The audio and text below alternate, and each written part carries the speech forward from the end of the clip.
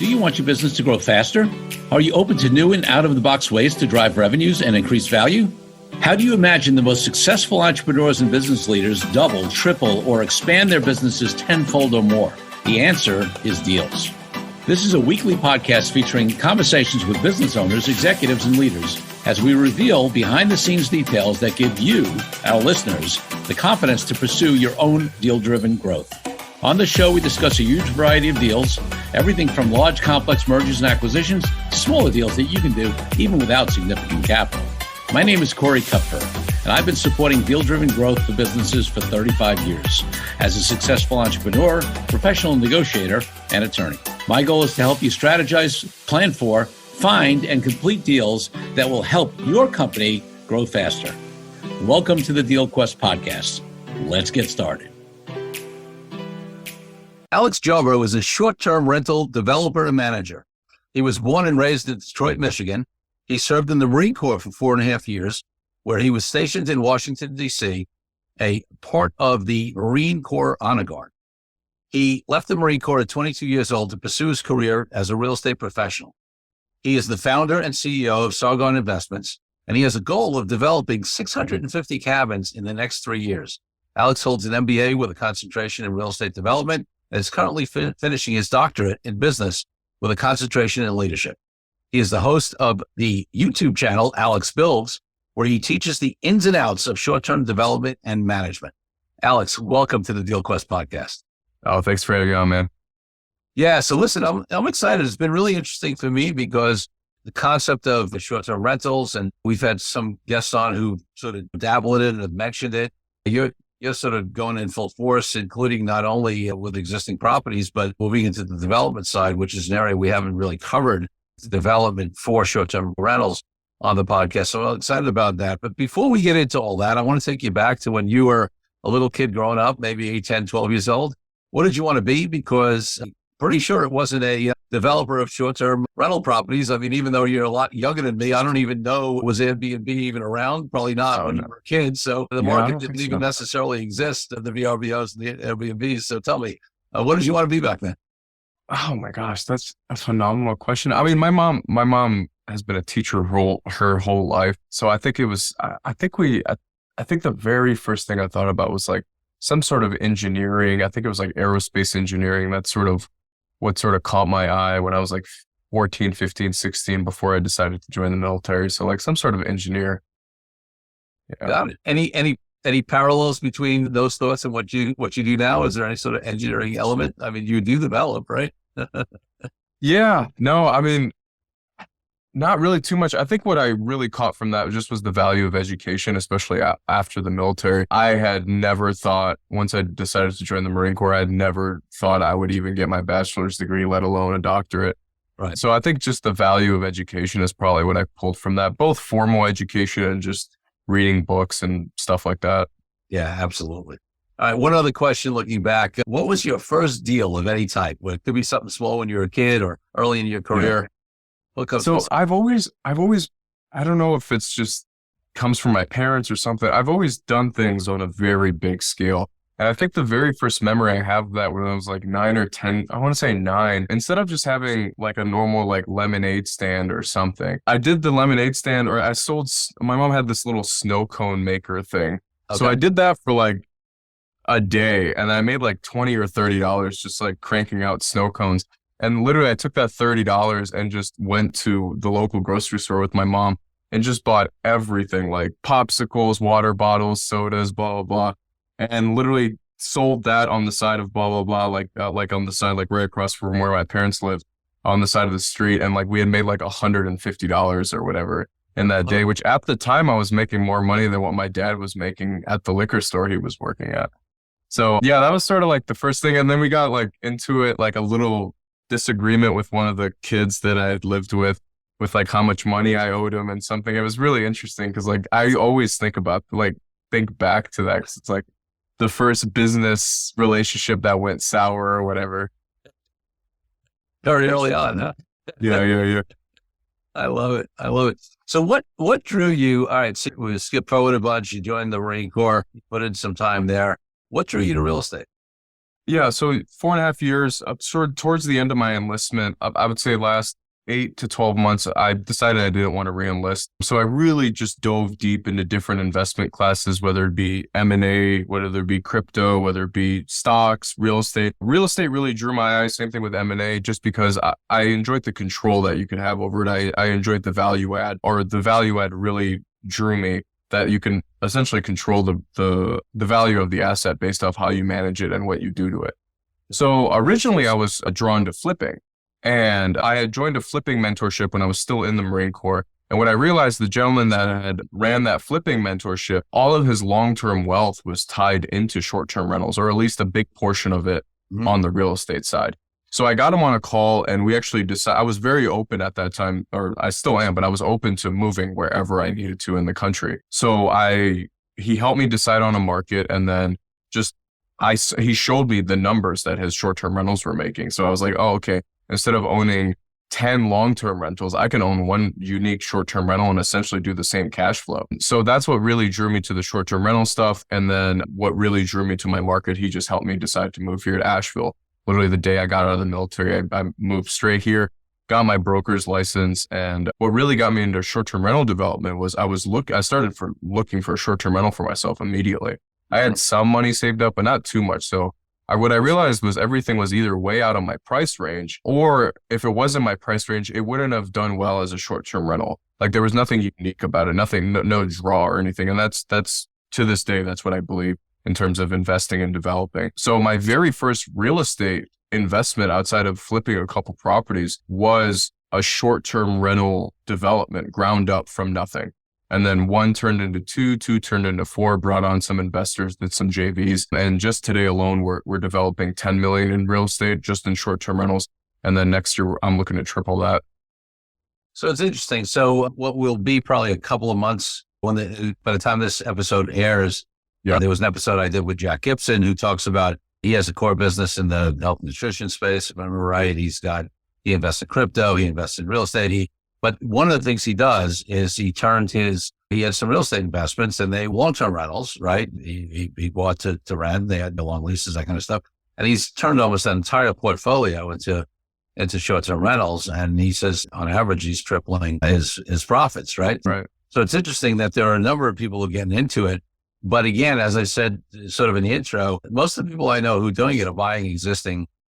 He's not developing for it. So what had you decide to go the development route, and what advantages does that provide? Right. I mean, obviously, at a high level, I could say, I'm sure you can build the way you want to build. Right. But like specifically, what can you do that make those units more attractive than you can do just buying existing real estate stock?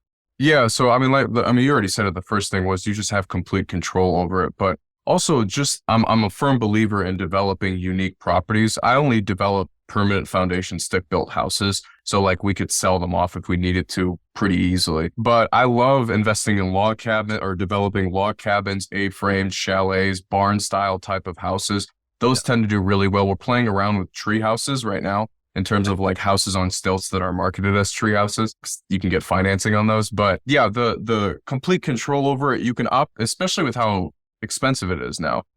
Compared to pre-COVID, I don't think we're ever going to get back to those numbers of both labor and materials cost. Sure. But you can completely optimize a floor plan. Like we have one floor plan, our very first cabin, our A-frame was 800 square foot. We developed it with the land and turnkey for like 250,000. That thing throws off about 47,000 in net a year. So after debt service, everything, it essentially paid for itself in 4 years. But I had a loan on it. So you can, we also purchase property. So like, I'm not against that, but we like to purchase property that has some sort of acreage attached to it where we can do future development on. But yeah, just complete control over the type of style. You can't find A-frames or any of those properties I just talked about right now. And those, we like to develop properties that are an experience in themselves outside of the market that the guest is visiting. That helps with seasonality as well.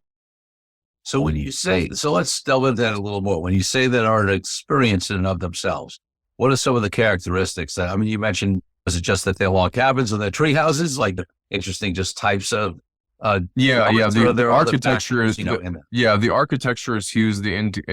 the interior design. We like to play with murals and accent walls and stuff like that.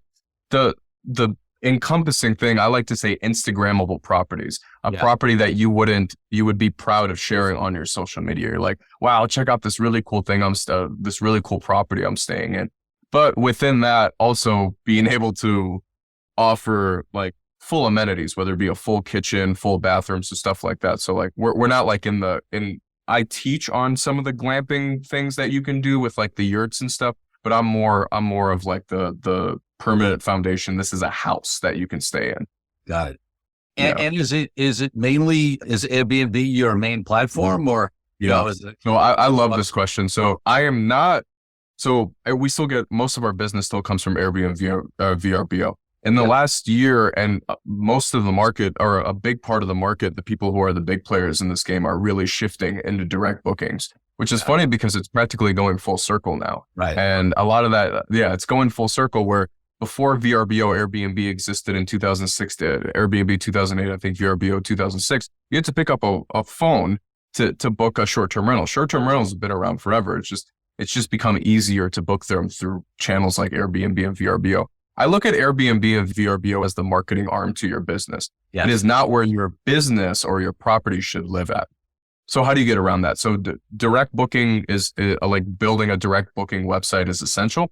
And the easiest way to capture leads where you don't have to market or do Facebook ads or anything crazy is, one, influencer marketing is huge. Getting some people that already have some sort of travel YouTube channel, and you essentially trade your vacancy days for content. Phenomenal. It's a win-win. Nobody loses money. Maybe you pay for the cleaning fee, $100, $200. That's whatever. The amount of income that you get from just someone posting on a YouTube channel that has 100,000 subscribers, it will skyrocket. And then on top of that, what we do is we use this service called StayFi, which is a little disk that plugs into the back of your router, and it creates a landing page for your internet.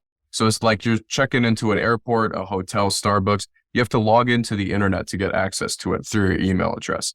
So one of our properties sleeps 14 people. Usually if I would have one person would have booked the property, I would have just gotten their email. Right. Now everybody's going to log into the email. You're going to get 14 email addresses. You get 14 people. Nobody's ever complained about it. It's a custom landing page with a beautiful blah, blah, blah. So it's not like gimmicky or anything. And that way there's nothing in Airbnb. And I post, I'm a writer for Bigger Pockets for their short-term rental content. And I taught on this. And there were some crazy comments, people like quoting Airbnb's like their contract and blah, blah, blah. Yeah. And from what I've read, there's nothing against taking them off of the platform after they stayed with you. Right. And that's the biggest thing that I hear. Right, right. You can't have them inquire about staying with you and then move them off the platform. Right. Book that booking. Right. But there's nothing wrong. It's like email marketing where you are advertising on Facebook, you're advertising on Google, and then you offer some sort of free something to get the email address, and then you remarket to them. It's the exact same way, except we're using brick and mortar real estate. So then we take those emails and we'll do like anywhere between, we do like email blasts, like 6 to 9 of them throughout the whole year. And it's just seasonal emails that are anticipating the holiday 2 or 3 months in advance. But yeah, that's to answer your original question, because I just went off on a tangent there. I just like to look at it, Airbnb and VRBO, as a marketing piece to your business, because then they control your whole company at that point if you're just on one platform. Well, there's so much in what you said, and I want to break down some of it. So first of all, and you drew the analogy to social media sites, but it's really true. And if you speak to anybody who trains in authority marketing, they always say, you want to use the LinkedIns and Facebooks and Twitters and Instagrams because that's where the people are. And but it's rented land, right? Yes. It's rented land that you don't control.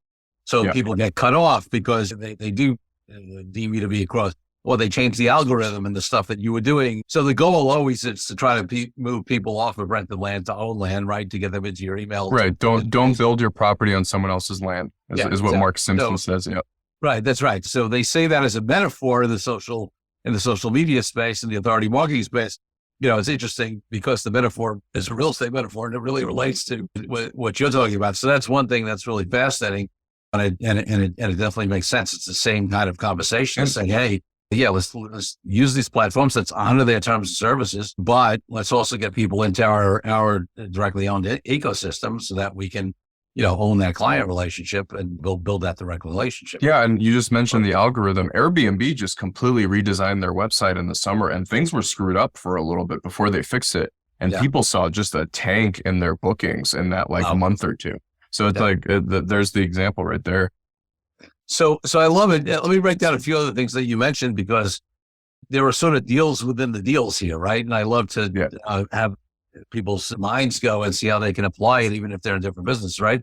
So obviously, you said several things, right? You're doing development. That's a deal, right? You may be, and I know from our... And there's a lot of money in just land purchasing alone and how to structure that deal. And you're syndicating that, right? It's not all your own money. You're raising some outside capital. Yeah, so they're all JVs. They're all, I just do one partner at a time, and then I'm working with a couple of funds that have their own syndications. Yeah. Right, but it's a JV. So that's a deal, right? You got to do a deal with your JV partner. What do they get? What do you get as the promoter? What do they get as the money? All that kind of stuff. So we can talk maybe a little bit. Obviously, you don't need to reveal any specific deals, but if there's anything about those models that absolutely, that'd be interesting to talk about. So that's one deal. You also talked about the fact that you build these things, right? Are you taking out after that point? Do you take out any permanent financing on that, or are you? Oh yeah, absolutely. No, I'm married to my investors for 8 to 10 years. Like, it's a long-term hold, but we can do, depending on what the terms are. And also we have, like, my wife and I have our own projects that we are 100% owners in. Sure. We'll do cash out refinance. I mean, probably not right now, but we'll do cash out refinances just to pull equity out and put them into the next deal, or if we want to pay off a car or something like that. Yep. So that's another deal. And then the other thing you mentioned is influencer deals, right? We've talked about on DealQuest podcast with some folks, influencer deals. And it's interesting because you're doing the influencer deals as barter deals, right? Yeah. It's a win-win. Deal. We're losing. I just did one right before we hopped on the podcast together. I reached out. There's actually a platform called StayAmo, and I know the CEO, but StayAmo literally connects everyone to with that. But it's some of them do, like, you have to pay some money for them to come on. But I would say 80% of them, you're trading the days that weren't going to get booked for marketing. And it's a win-win because they get to stay with it. A lot of these people are a little bit nomadic, where they'll do like these big 3-month pushes with travel and stuff. But outside of the StayFi thing with capturing emails, I have never, in the 7 years I've been doing this, I haven't seen a better business model so far in how to promote a unique property than that. Yeah, that's great. I mean, you're taking something that is of value to the influencer, but doesn't cost you hardly anything. Yeah, maybe a cleaning fee, whatever, right? Because that's unused inventory, unused stays, but it's really valuable to them. And then, of course, you're leveraging into their network. And I love what you just said there about, because I look at my days as unused, and I look at my days as inventory, which a lot of people think like vacancy, blah, blah. It's like, no, I have 365 items in each property that I need, which is a day. And I look, it's like, how do I get rid of my inventory? Yeah. And that's great. And so I want to, again, there's so many things I want any listeners to this podcast know that I often talk about the mindset of a deal maker, right? And what's the mindset of a deal maker? Folks, right there, what you just heard Alex say is a great example of the mindset of a deal maker, right?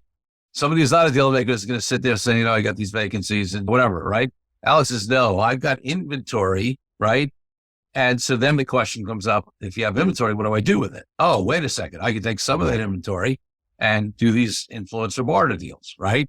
I don't know if there's anything else you do with the inventory, but it's an interesting point because I talk about it generally, but then I try to illustrate it but for the listeners, when people show a specific way that I think a deal maker starts to think, right? And that shift from vacancy to inventory is a great example of a deal maker's mindset, because now you have an opportunity to leverage that inventory, and you do, and in a very effective way. Yeah, no, I appreciate it. Yeah, no, it's fun stuff. Good. Very good. Let's take a break from the show for a minute so I can invite you to a new way to determine your deal readiness. I created a fast and easy assessment that will determine exactly how deal ready you are. Once you complete the assessment, I use your responses to identify the obstacles that are holding you back from being a deal-driven growth genius. It's as easy as heading to CoreyKupfer.com/assessment. That's CoreyKupfer.com/assessment and filling out a few multiple choice questions. I'll be checking in after the episode to see what your results are. Now back to the show. So All right, let's talk a little bit about, obviously, up until very recently, right? People who are initiated or uninitiated in the space may be able to easily see how this model has worked well, right? Real estate markets have been going up. Interest rates were at historic lows. Cost of capital was low. So if you're doing development, you can get those. There was a lot of money out there. You had just the maturing industry and the increase of the use of short-term rentals, the whole Airbnb, VRBO, short-term rental market generally becoming more popular, right? People moving away from hotels, all those trends. Even during the pandemic, even though in the beginning there was a dip when people weren't going anywhere, if anybody tried to get an Airbnb during the pandemic, like it was crazy. Like it actually became a better business, more expensive during the pandemic, right? So the trends were all great. So I remember, and I've quoted this a number of times, and it always bothers me that I don't remember the name of the guy, but there was a panel many, many years ago of like 3 billionaires at one seminar that I went to. And they all had major troubles, gone bankrupt, all this kind of stuff, whatever. And they came back like they were billionaires or at least very successful. And then they went down and they were all rebuilt to be even more successful, billionaires again. And one of the I think, profound things that one of them said to me when somebody asked them what was the biggest mistake you made on why you ran into trouble the first time. And his comment was, I mistook a bull market for brilliance. Okay. Yeah, and I love that quote because listen, when the market's strong and everything's going good, we all look like geniuses, right? Absolutely. So now let's talk about some of the forces, some of the headwinds, some of the things that people are concerned about. You and I both sort of agreed in our prior conversation that we don't like to bring up the word recession because it could be self-fulfilling. So but whatever this new evolution is, right? We know some things have changed. Interest rates have gone up significantly, right? That pushes cost of capital up. There are concerns about the stock market has been taking a hit. There are concerns about what's going to happen with people's disposable income and whether it's, listen, unemployment's still very low, employment's very high. That's a positive sign, but will that be impacted? So at some point, there are some forces that could potentially affect the demand, right? How much people will travel and use short-term rentals. What do you see, with the caveat that none of us can predict the future, but obviously you're in this business, so you have to be thinking about and trying to anticipate the trends, trying to hedge against any downsides. So what are you thinking? What are you seeing? What are you concerned about? What are you doing to maybe hedge against it? What do you think maybe people don't see that's maybe more positive than they think? Yeah. So, I mean, so let's go pretty broad here to your whole audience. So when I started this business, I looked at it as the same thing that I underwrite my properties. You need to plan your business like you were already starting the business in a recession, even if you were in the best bull market in history. So that's how I was. I obsessed aggressively on, I was too young when 2008 and 9 happened in terms of I was in middle school and high school. And so I obsessed aggressively on reading on the history of what caused.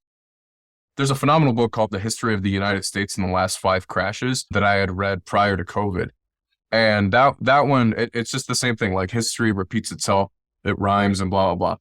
So I look at my numbers and I say, okay, it probably will do 90%. It probably will do 95% occupancy. But what happens when it does 60%? Do the numbers still work? So it's like I'm very, very conservative on my break-even occupancies, my expense ratios. And another thing is, just because, we were talking about prior to this, we just got a deal under contract that was well below list price. Things are going on sale right now. So it's now it's going to be harder to underwrite a deal right now, but do not discount whatever industry you're in. Do not discount, hey, I'm just going to sit on the sidelines right now until things get better, because things are going to get more competitive again. So I'm a Bigger Pockets writer for their blog, for their short-term rental content. And the very first article I ever wrote was back in June for them on what happens to short-term rentals when a recession happens and blah, blah, blah. People don't stop traveling. They just, instead of taking the freaking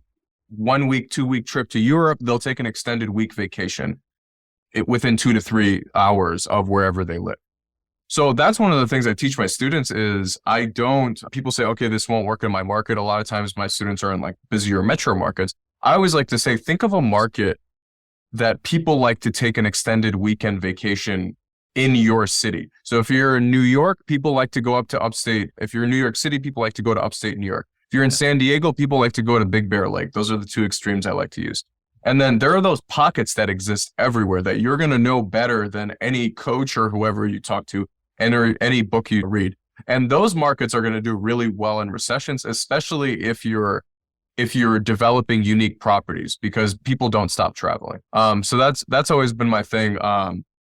Is investing in unique markets that are in your backyard with unique properties. Warren Buffett, we talked about this before. Warren Buffett has a phenomenal quote that says, "More money has been lost in anticipation of recessions than actual recessions." And that is 100% sure. I remember I was going through my CCIM back in 2019, and people for 2017, 18, 19, recession. And then we hit the biggest bull market ever. Even we were already in a phenomenal market. And then it just got even crazier after COVID. I don't really recommend too many books, but one of the best books I've read on just economics in general is The Creature from Jekyll Island. It just talks about just how our money system works. It could be looked at as a conspiracy theory book, but there's 120 pages of references at the end of the book. So it's if you understand how our money system works, what happened with COVID and how much money we printed, it's pretty easy to predict what happens down the road. Not within like 6 months or a year. You can't predict the timelines, but it's pretty easy to predict, okay, this is probably what's going to happen next. Mm. Yeah. Well, great. So you feel between the way you buy, the lower occupancy, the fact that even though interest rates are going up, so cost of capital has gone up, there's usually a clear relation between that and prices cooling down in real estate. Right. There's always that positive. And it's interesting. This is more on the corporate side, but I was talking about this on one of the prior episodes, because I did some research when that R word started coming up in 2001, right? Oh, we're going to be, and you're right, because obviously, in 2022 stock market at least is taking a hit. There's a correction. All right, whatever. I think most people I know who are smart are putting their money in for the long term and not trying to beat the market anyway, because it's such an efficient market. We have no control, unlike real estate. So it'll come back. But the point is that there is, at least on the corporate deal side, there has been no correlation between interest rates and deal volume. Interesting. Okay? There's been super high interest rate environments where there's been huge deal volume, lower deal volume. The deals just shift and change, right? There's always opportunities. Again, the mindset of a deal maker, right? You just have to look at it differently. And listen, we all know there's a million examples. So some of the biggest companies have come out of down markets because that's where absolutely that's where the opportunities are. Airbnb started in 2008. Right. Right. That's it. I underwrote a deal this morning with one of my investors at an 8% interest rate. And I underwrote another deal with a different investor. And this was when the second 3/4 interest rate hike happened. And I was a little hesitant on, do you still want to go through with the financing? And he's like, the very first real estate investment I ever purchased was at a 14% interest rate in the 80s. So It's like, deals can still stand on their 2 feet. You just got to underwrite them. Just don't be scared to do it. Right. Yeah.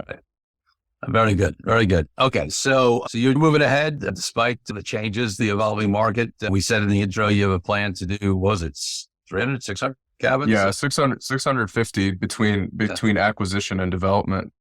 In the next 3 years. Yep. Next 3 years. Wow. I love it. And is that, in terms of geography, I know you focused in the Nashville area. Are you thinking, Western North Carolina. I like any mountain market. Mountain markets tend to do better. And then we're also looking at some international stuff, but mountain markets tend to do better than beach markets. Like they're a little bit less seasonal. Like I said, usually the log cabin becomes there's nothing more iconic than a log cabin and a hot tub in the winter, right? Right. So, and then during the summer, people still like to stay in the log cabin, but the market helps with that. It's a little bit less seasonal during the high season. So yeah, it's not going to be, the 650 are not going to be all in this specific market. We are going into Western North Carolina in general, because there's a lot of phenomenal markets within even 30, 45 minutes of us, like those little pockets that I was talking about. But yeah, I have some students that we coach and stuff. So I have plans on potentially doing deals internationally and also throughout the whole country, just through some of those students that we're already teaching. Love it. Yeah. So no matter how successful people are, they always have, not every deal goes well. There's always one or two or five or maybe even 25. Yeah. Where you're doing thousands of deals. For successful people, small percentage. But do you have one that went bad Yeah, it went bad. It went bad before. before. Yeah, it went bad. It went bad before we went under contract, but we were under the assumption for like 3 months, and we got dragged out for 3 months that we were going to get it under contract, and essentially our contract that we submitted finally was just used to shop around with other investors and blah, blah, blah. And I mean, there's just been some small losses. It's just in real estate development. It's like, even if I have a phenomenal one-on-one mentor, but you don't know what you don't know in real estate development. So a lot of mistakes are paid for with money and capital. But usually those deals are the ones that you learn the most from. You're like, okay, we just got our teeth kicked in. That's not going to happen. This, and this is never going to happen again. So yeah, it was just getting dragged out and just learning how some people can be terrible during a bull market just because they could ask for the moon. So Yep.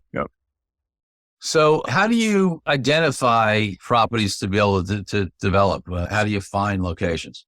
Yeah, this is another one of my favorite questions. So again, you've already identified your market or your pocket, and you want to be thinking about, I always say you got to think of the whole guest experience. So what does that mean? That means the drive to and from the property into wherever they're visiting. We invest in a little bit more rural areas. We do that because Asheville, North Carolina actually doesn't allow for short-term rentals. So we stay within the county, which actually helped us during COVID because people got pushed out of the metro cities into more rural markets. So people are a little bit more comfortable driving in mountain markets into the city. So what the biggest, and like I was saying, the entire guest experience is important. So you don't want your guests to be driving 30 minutes up a gravel road to get to the property. You don't, a lot of times, and you're laughing because you probably have an experience like that. Yeah, a lot of times the guest is new to the area. A lot of times they're maybe going to lose reception. A lot of times they're driving in at night. You don't want them annoyed and pissed by the time they get to your property. Right. And then they're going to be thinking about that road. I've seen it with other hosts. It's like the property, whether you're purchasing an already built property looks phenomenal. It's perched on top of a mountain with a 360 mountain view. It's probably going to take an hour to get to that property. Same thing with the land. The land looks phenomenal. It's a good price, but you have to drive out there. You have to experience the drive. I'll put the land, before we go under contract, I'll put the land into Google Maps, Apple Maps, and see what comes up. And then I'll physically drive to the property.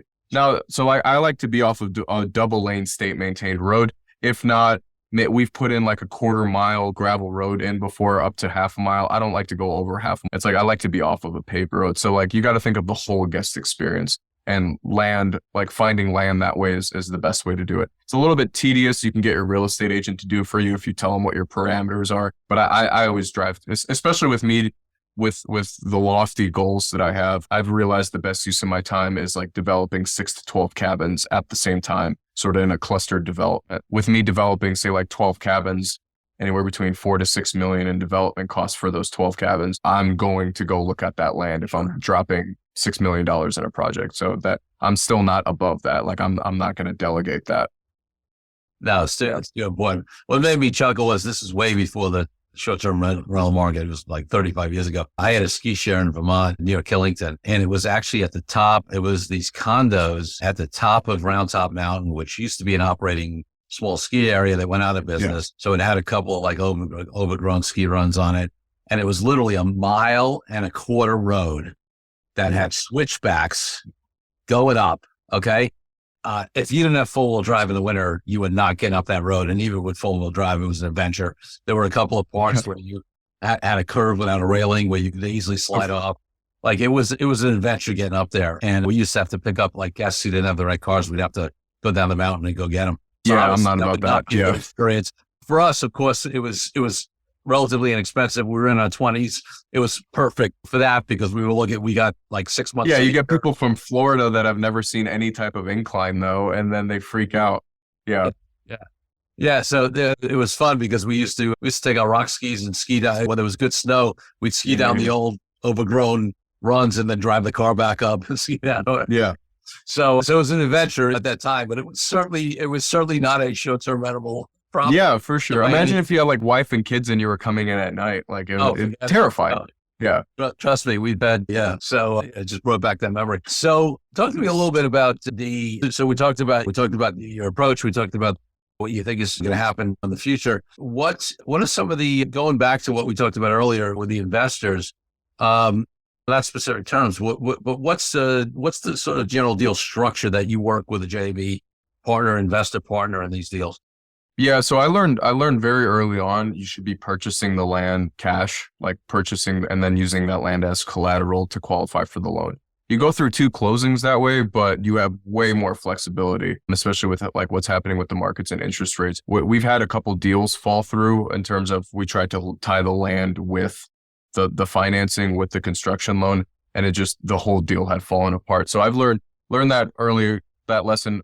Fortunately, with my own deals first, when I started taking on investor capital, that was number one. So we say a project, we need $300,000. A lot of times we'll purchase a piece of land for $250,000.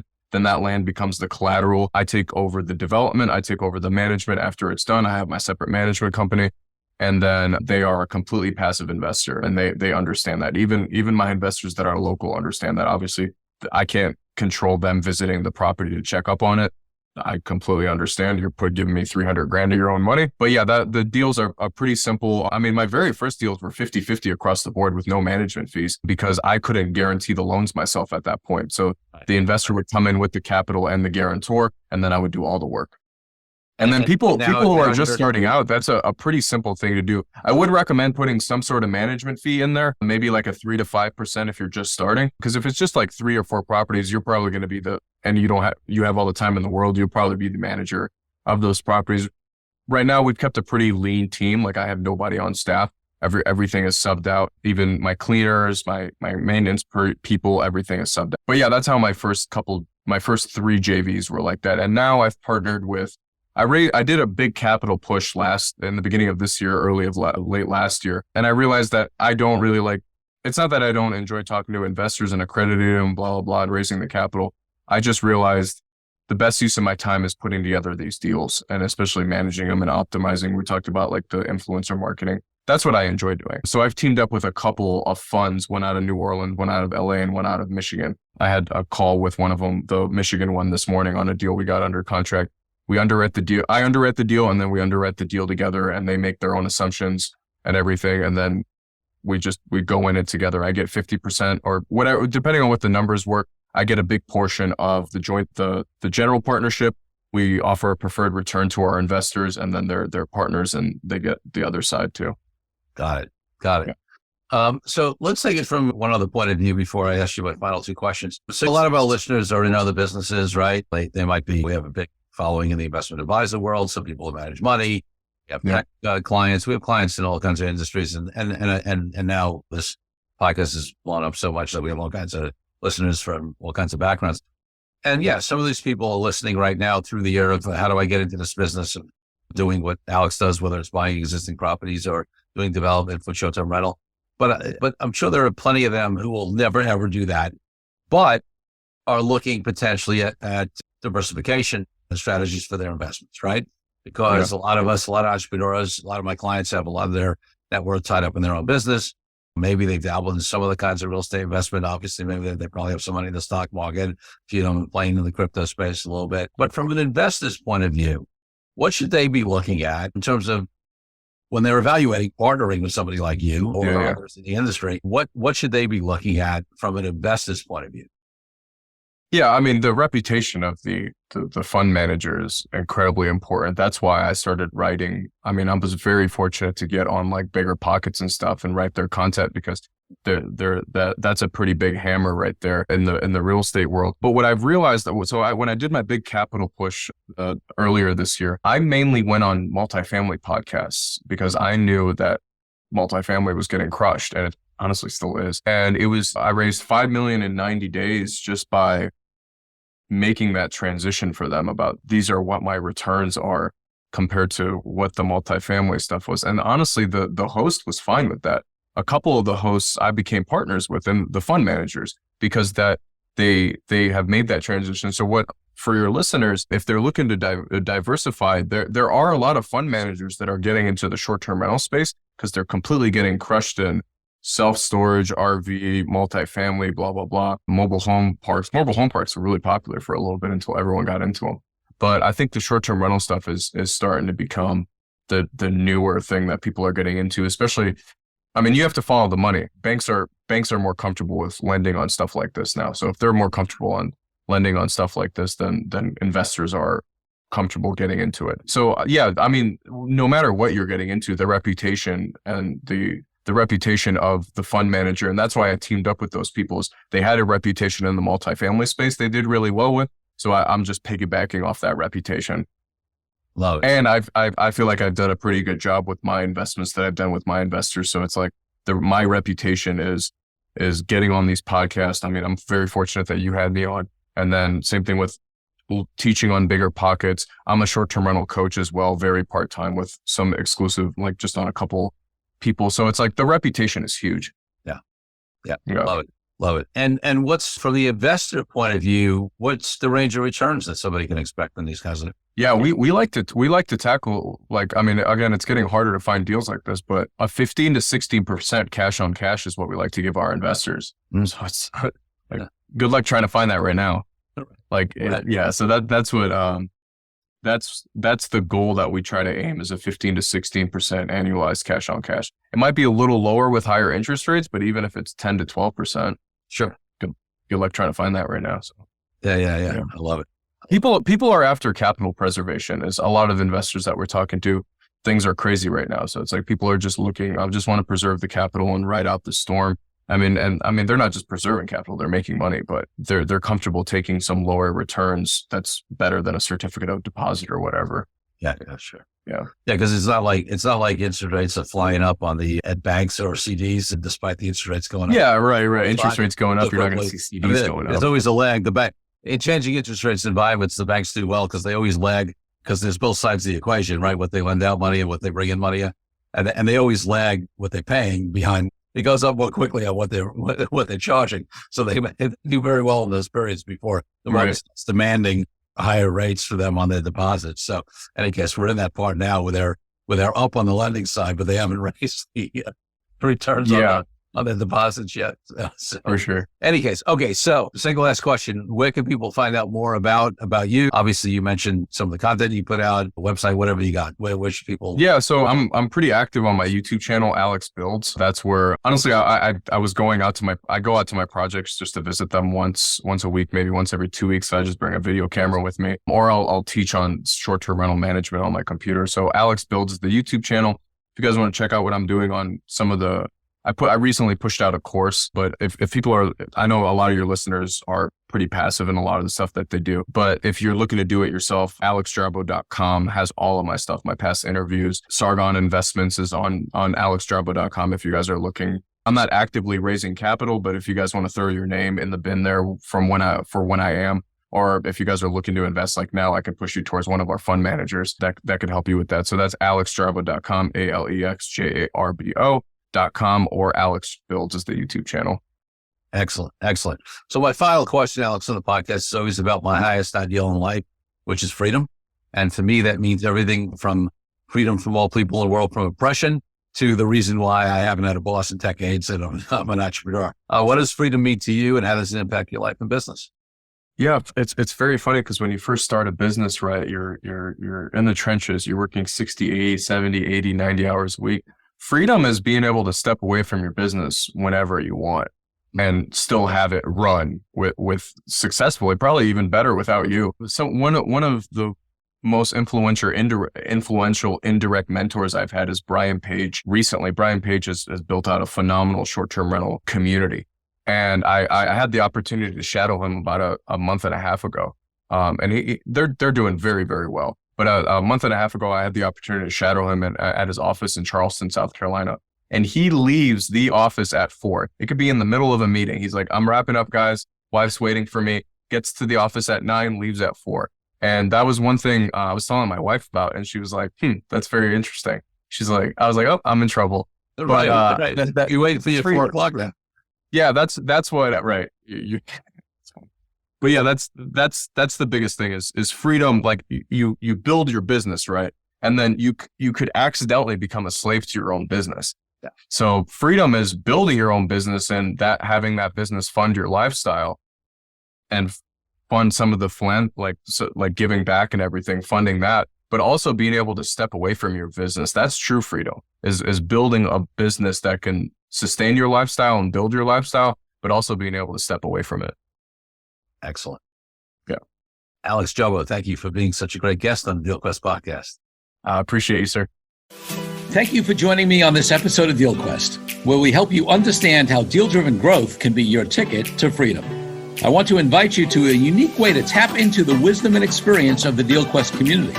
Join the DealQuest Deal Den Zoom calls, a free monthly 90-minute mastermind. In the mastermind, we address all the challenges you may be facing and help support you with the opportunities that may arise in terms of deal-driven growth. You will get input not only from me, but all the members on the call will collaborate and serve each other in a mastermind format. To sign up for the free mastermind, go to www.coreykupfer.com/dealden. That's coreykupfer.com/dealden. I'll see you there. I'm Corey Kupfer. Until next week, wishing you the freedom and financial prosperity that I know your DealQuest will bring.